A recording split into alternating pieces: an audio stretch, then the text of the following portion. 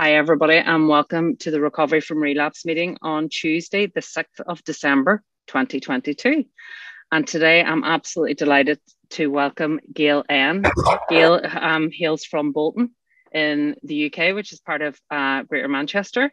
And I'm very lucky to count her among one of my friends as well. So I'm going to hand it over to Gail now to tell you her experience, strength, and hope. Take it away, Gail. Thank you so much, Rita. Hi, everybody. My name's Gail, and I'm a compulsive overeater, and I am so grateful to be here today.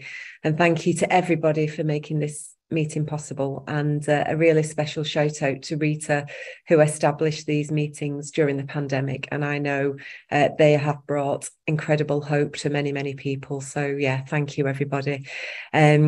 And I always feel really blessed when I'm asked to kind of share my experience, strength and hope. But I feel particularly blessed to be sharing in the Recovery from Relapse meeting because relapse is very much part of my story. It doesn't have to be part of your story. It absolutely doesn't, but it was definitely part of mine.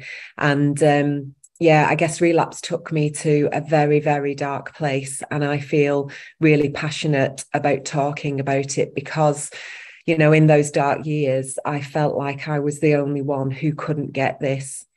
And having had recovery and being in relapse, knowing that OA had worked before and I couldn't avail myself of that solution was absolutely soul destroying. So it feels really special to be able to share my story in this meeting. And this is just my story. So if your disease pitches up differently to mine, please don't let that put you off. I believe that this disease has many manifestations, but we all have the same disease, and it is the same solution. And I guarantee that if you don't identify with how this disease pitched up in me, you will find somebody in these rooms that has got your story. And what I'm going to share today in terms of my experience, that is very much my own. But a lot of what I share, I have heard in these rooms and in the abundant recovery resources that are available. And I just think that's just a wonderful, almost like the circle of recovery. I hear things that really resonate with me, and then I get to share them with other people, and on it goes. And that is just a really wonderful element of recovery. So, yeah, I guess the kind of condensed version of my story is that OA has saved my life twice. And I am eternally grateful to the human angel who 12-stepped me. And although she isn't one of us, she knew about OA. And I'm really grateful that she still plays a very special part in my life today. And I met up with her a few weeks ago and was just saying that, when it boils down to it, you had a part in saving my life, because I might never have found OA if you hadn't have told me about it and planted that seed.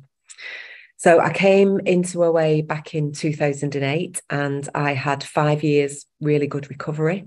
And then I relapsed on Christmas Day night, 2013, and I was in that horrendous place for 7 years.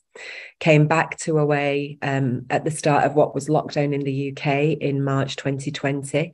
And in terms of the numbers, I think Rita's going to just show some pictures. In my first recovery, I released £140 by a hand that wasn't mine. And then in relapse, all of that weight went back on, and then some. And I came back in March 2020 at a top weight of £345. And again, by my higher power's grace, I have released around £168. I don't weigh myself anymore, so I don't know exactly, but it is around those numbers. And the pictures just very briefly show me as a child. I was a normal body weight as a child, and I was a normal body weight when I got married. I've been married for 36 years. And then the next picture shows me in France, in Paris, actually, on my 40th birthday, well and truly in the disease. And I was utterly, utterly miserable in that photograph. I can still remember that photograph being taken and just how miserable I was. The next photograph at the top is probably 6 months, I think, into my recovery journey, the first time round. And actually, that was at Rita's beautiful wedding. Yeah, that was kind of about 6 months into my recovery journey. And then the bottom left is in my first recovery. The middle two pictures, I think, show the pain of relapse, and then the final picture on the right is what I look like just for today. And I truly believe that that is just for today. So thank you, Rita. And I guess, there is no outward reason why I should be a compulsive overeater. I had a very stable and happy childhood, but I was a very, very fearful child. And a lot of my childhood memories are fear-based memories. But, we're reminded in our invitation to you that we have learnt that the reasons for the illness are unimportant. And what deserves the attention of the still suffering compulsive overeater is this: there is a proven workable method by which we can arrest our illness. And, I could spend hours thinking about, why have I got this disease? Why am I like this? But I've learned that that doesn't matter. What matters is there is a solution, and I can avail myself of that solution.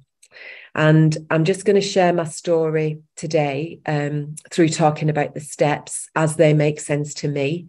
And again, if you're working with a sponsor and you hear something different about these steps and it's working for you, then, please don't take on board what I'm going to say, because there are many, many ways of working these steps, and there are many, many ways of finding paths to recovery. So please, if you're doing something that works, then this may not be useful. But I guess in relation to step one, how do I know that I'm powerless over food? And I had a 20 plus year battle with food before I came into these rooms. And I had tried so many things to control my eating and my weight. And you'll all have your own experiences. I think, to my knowledge, the only thing I didn't try was surgery. And I know that if I hadn't have found a way, that would have been added to my list, because I was utterly, utterly desperate.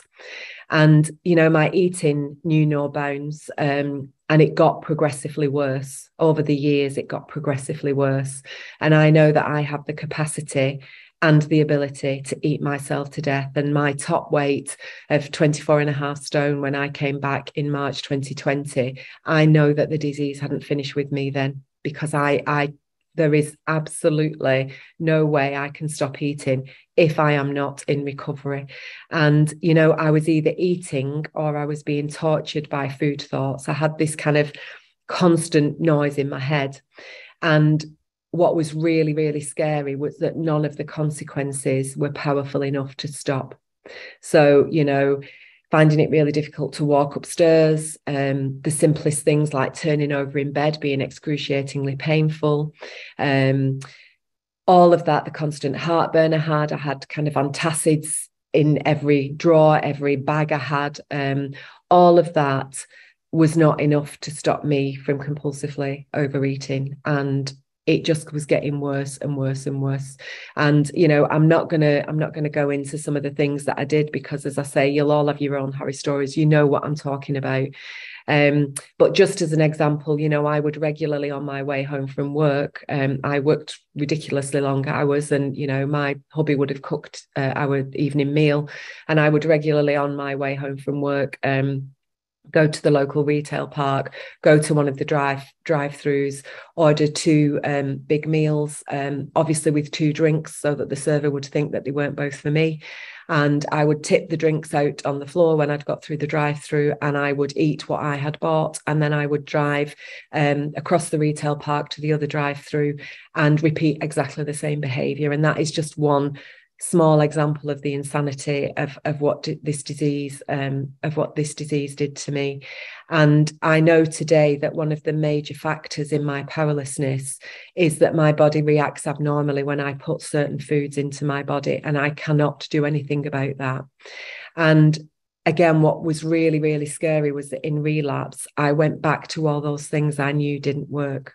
And I went back down the pay and weigh clubs, the self-help books, all of that. I went all the way back into that insane behavior, knowing that OA was the only thing that ever worked for me. And as I said in the beginning, I thought I was the only person who could not do this or could not get this. And then I guess in terms of the second part of step one, in terms of my unmanageable life, on one level, I struggled to get my head around that because this disease robbed me of many, many things. It robbed me of my self-respect, my self-esteem, my self-confidence, my self-love. But it didn't rob me of an amazing career. I got to the top of my profession. It didn't rob me of an amazing marriage. I've been married to a fabulous guy for 36 years. I've got 2 beautiful children, and I've got many, many wonderful friends. So part of me couldn't get my head around that. But actually, when I really looked at what was going on, I was just living in this place of constant fear and shame. I was trying to control everything and everybody because I believed that life had to look like this in order for me to feel okay. And as it describes in the big book, I was restless, irritable, discontent. I've also heard that described as uneasy, easily annoyed, and never satisfied. And that was absolutely me. And life was all about me and having my needs met. So actually, my life was unmanageable. And I would use anything to change how I was feeling. And, it wasn't always changing bad feelings, difficult feelings. Of course, I did that. But I also used food to intensify feelings of joy and celebration. And, I've used lots of things to change how I've felt. I've used alcohol, I've used food, I've used shopping, I've used people. And I even had a really scary kind of 72 hours on a cruise one time with the slot machines. So, I can use anything to change how I'm feeling. And I guess, for me, step one, there were quite a few important realizations in there. And I think it's kind of no coincidence that out of 164 pages of instructions in the big book, 43 of those pages are around step one, because I needed that level of convincing about this disease. And what I know through my experience and through working these steps and working with fellows is that my life is not unmanageable because I compulsively overeat. And for many, many years, I thought that was the case. I know today that I am a compulsive overeater because my life is unmanageable and I need to compulsively overeat to feel okay and change how I feel. And that was a really important realization. And then the other thing that I learn is that there are 4 things that make me different from my friends and other people. And I have friends who sometimes occasionally get an effect from food, but they don't have these 4 things. And the first thing is that I have a physical allergy, that when I eat certain foods, I cannot stop eating them. And if I don't eat those foods, then I'm not triggered. So as an example, I have an allergy to a particular type of fruit. So I never eat it because of I get really, really unpleasant side effects if I even touch this particular type of fruit. But the difference is, the second thing I have a mental obsession that tells me that I must eat those foods that I'm physically allergic to. But when it comes to that piece of fruit, I don't have a mental obsession that tells me to buy it or to eat it. And that is what's different about me and my alcoholic foods, that I have a mental obsession that tells me that I must eat those foods. And it's a very seductive, compelling voice. And it's linked to the fact that I can't tell the true from the false. So I believe that voice when it says, you just need to have one. Just have one of those and you'll be fine. That will satisfy you. Or it says things like, just have this one binge and then you'll never need to binge again. You'll get it out of your system and you'll be absolutely fine. You can start again on Monday. And of course, none of those things are true. And then the 4th thing that makes me different that I've learned is that I have this mental blank spot. So I can only see what food is going to do for me. I can't see what food is doing to me, i.e., leading me to a slow and painful death. So that bit of my brain that's wired, that keeps me safe from walking out in front of a moving car, absolutely does not work when it comes to food. And, there's a number of descriptions in the big book about this disease. And some of the words that are used are kind of permanent, progressive, fatal, cunning, powerful, baffling. And that is my absolute experience, because at the start of my relapse journey, I ate sugar in what was kind of billed as a healthy breakfast option. And I was on holiday in New York at the time. And I did that 3 mornings. And yet I came back to the UK, got on my food plan, and I didn't end up back in the food for another 6 months. And I'll talk a little bit about that later. But that is the cunning, baffling, powerful nature of this disease. That I did that. I ate something that I was allergic to, but it didn't manifest itself as a full-blown binge for another 6 months. And that is why this disease is so difficult, because it's unpredictable. And I guess the other thing that I've learned is the importance of setting aside everything that I think I know. And I heard a speaker say that what I think I know is the biggest noose around my neck. And for me, the set aside prayer is really, really important. And on page 58, it really speaks to me when it says that, you know, some of us tried to hold on to our old ideas and the result was nil until we let go absolutely. And I have to constantly remind myself of that I know nothing. I have no idea how my life should be. When I'm left to my own devices, I can't even nourish my body properly with food.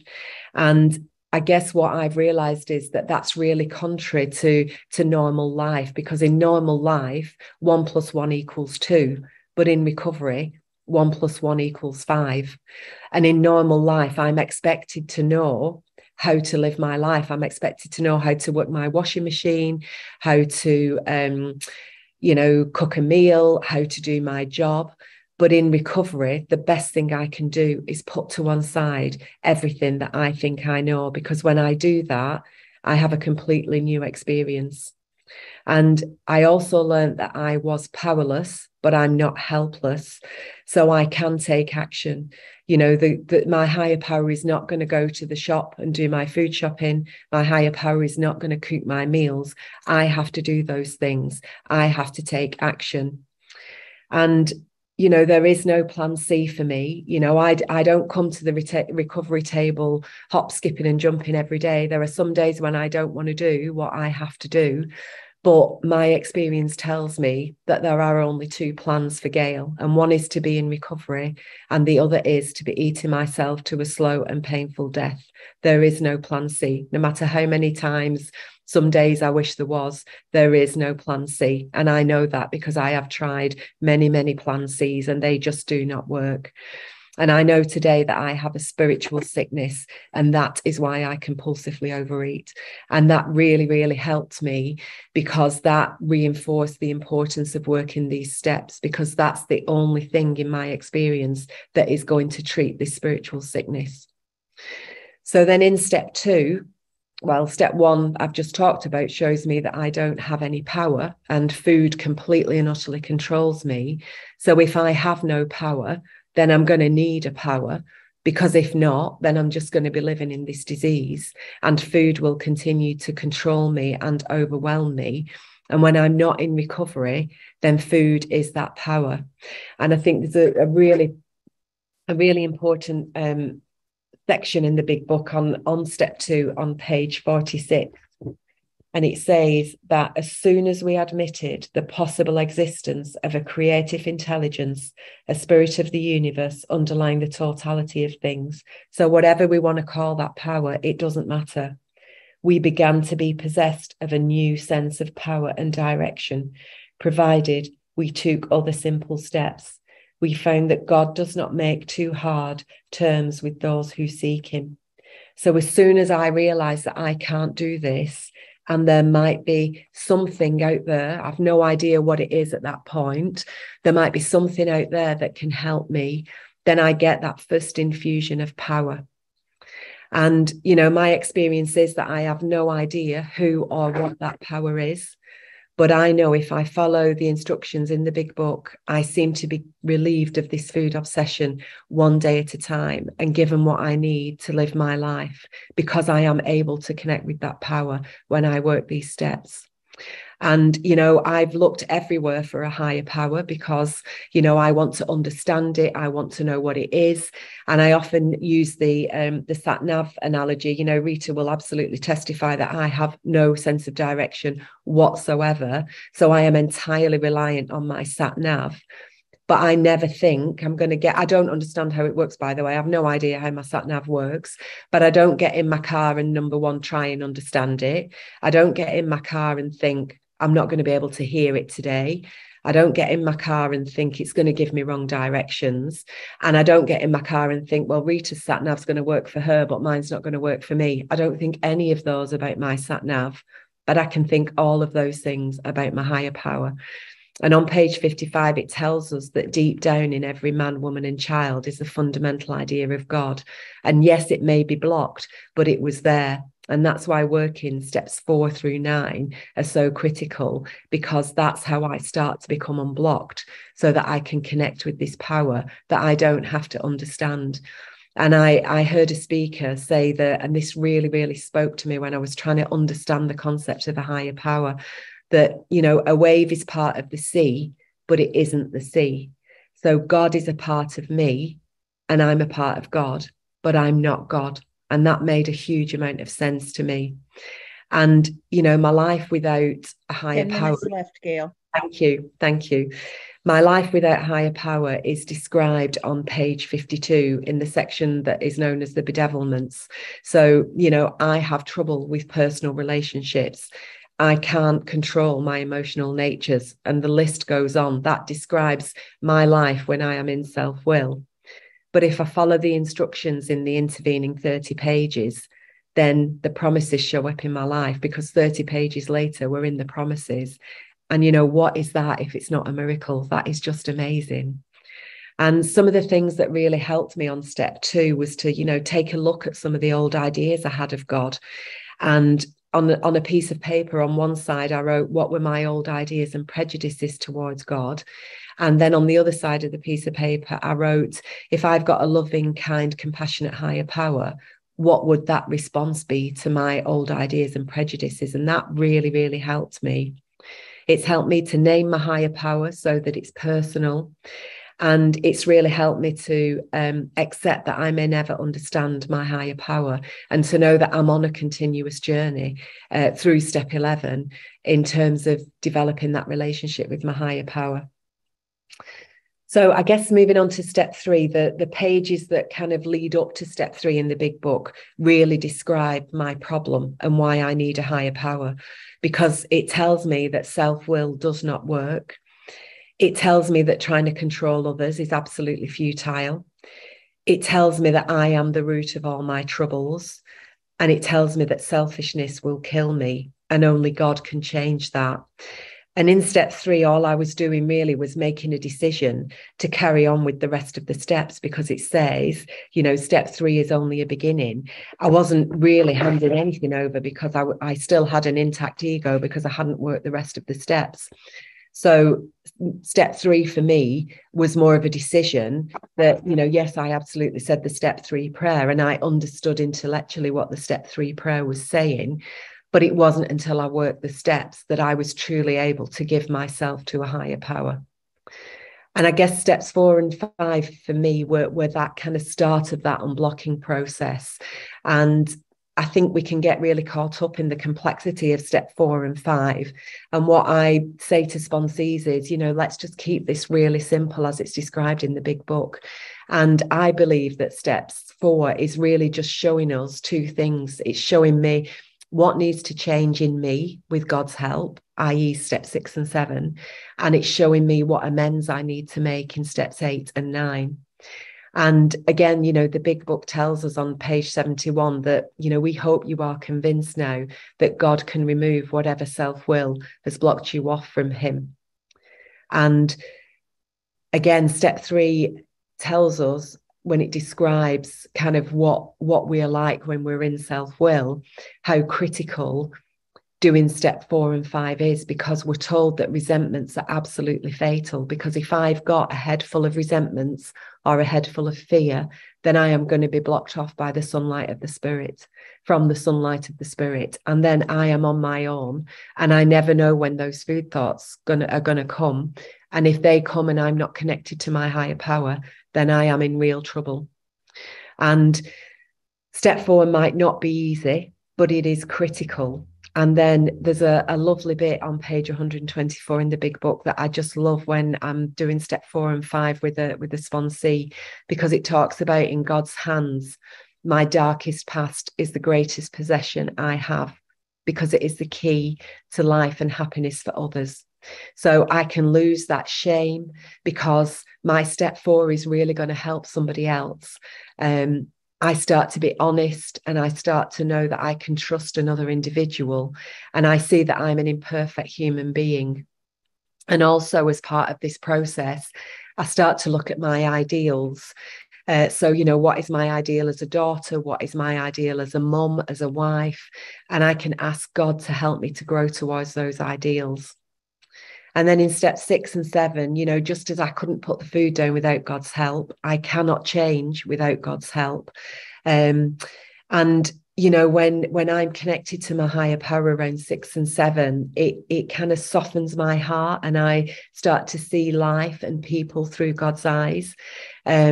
And although there is only God can change me, I can take some action, just like I can take some action around my abstinence. I can pray about my character defects. I can identify them. And I can practice pausing. When that thought comes in my head that I think my husband would benefit from me telling him how to fold the towels properly, I don't have to do that.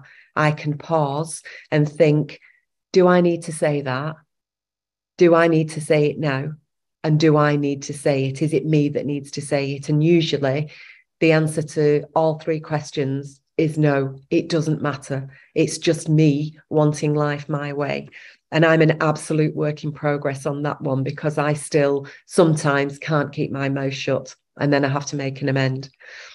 So talking of amends, moving on to step 8 and 9, very much about setting right my side of the street. And there's some really great guidance in the pages in the big book about making amends. And asking God to guide me was really important. Working with my sponsor around my amends was really critical, because I can't be objective about those things. I need help.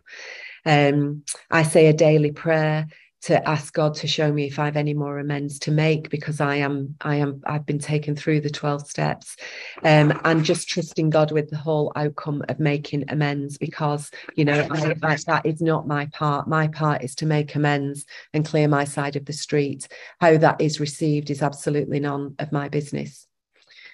So I'm just going to kind of round my share up with talking about the last 3 steps. So steps 10, 11, and 12. And I heard it said in a workshop, I think it was, I was listening to, that in step 10, I watch for me and I clear my channel. In step 11, I watch for God and I fill that channel. And in step 12, I watch for others and I empty the channel. And I also heard it described as these steps 10 and 11 being pipelined to the power, and they are the growth steps.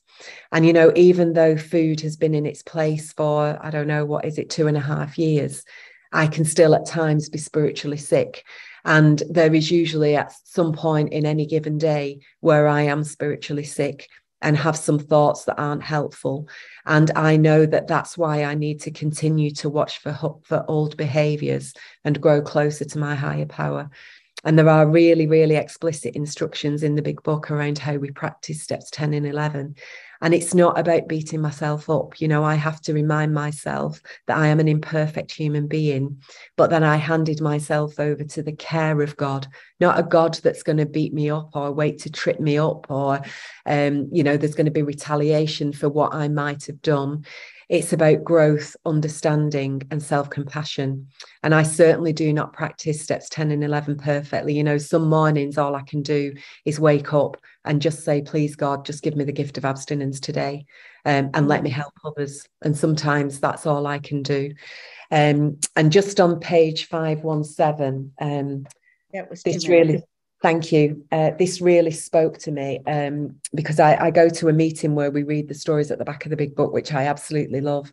And it said, I didn't want to drink that day, so I didn't want to compulsively overeat that day, but I took no action to ensure against it. You see, I believe that we get more than one moment of grace from God, but it is up to us to seize the moment by taking action. So I have to take action every day to ensure against relapse. And step 12, is just for me one of the biggest miracles of the program. I do not know what happens when I am working with other people, but it is just absolutely miraculous. And it just really helps me to be connected to my higher power. And on page 63, it tells me what my part of this contract is in the big book. So it tells me that my higher power is going to provide what I need, but I have to keep close to my higher power.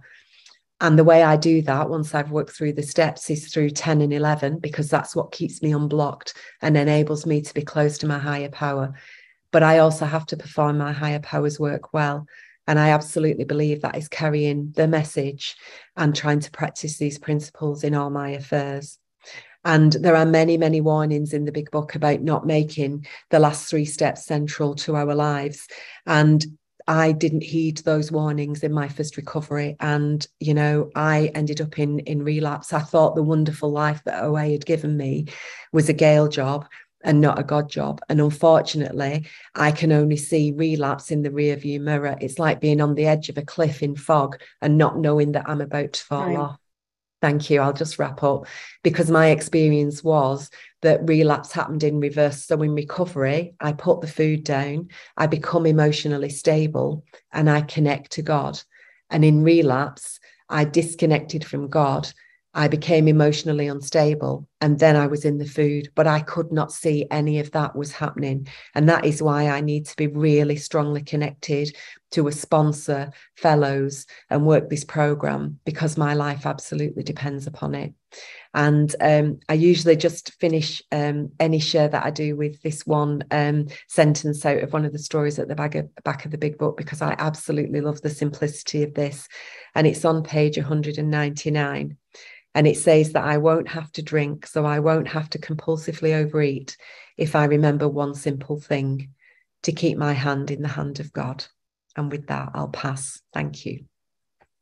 Oh, Gail, thank you so much. What a brilliant message of depth and weight. And I'm just going to read 2 things. One is from the AA 12 and 12. When it talks about alcoholism, it says, or compulsive overeating, no other kind of bankruptcy is like this one.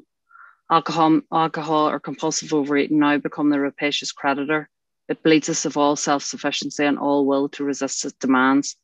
Once this stark fact is accepted, our bankruptcy as going human concerns is complete. And I was going to read a quote out of the big book as well at the back of the stories, which I too love. And it talks about, it's a guy who's been in prison actually, and he says he's remained very active in the awesome program of Alcoholics Anonymous. AA accomplished so many things in my life today. It has given me sanity and an all-round sense of balance. Now willing to listen and take suggestions, I have found that the process of discovering who I really am begins with knowing who I really do want to be. And although the disease of alcoholism inside of me is like gravity, just waiting to pull me down, AA and the 12 steps are like the power that causes an airplane to become airborne. It only works when the pilot is doing the right thing to make it work. So I have worked the program, I have grown emotionally and intellectually. I not only have peace with God, I have the peace of God through an active God consciousness. I have not only recovered from alcoholism, I have become whole in person, body, spirit, and soul.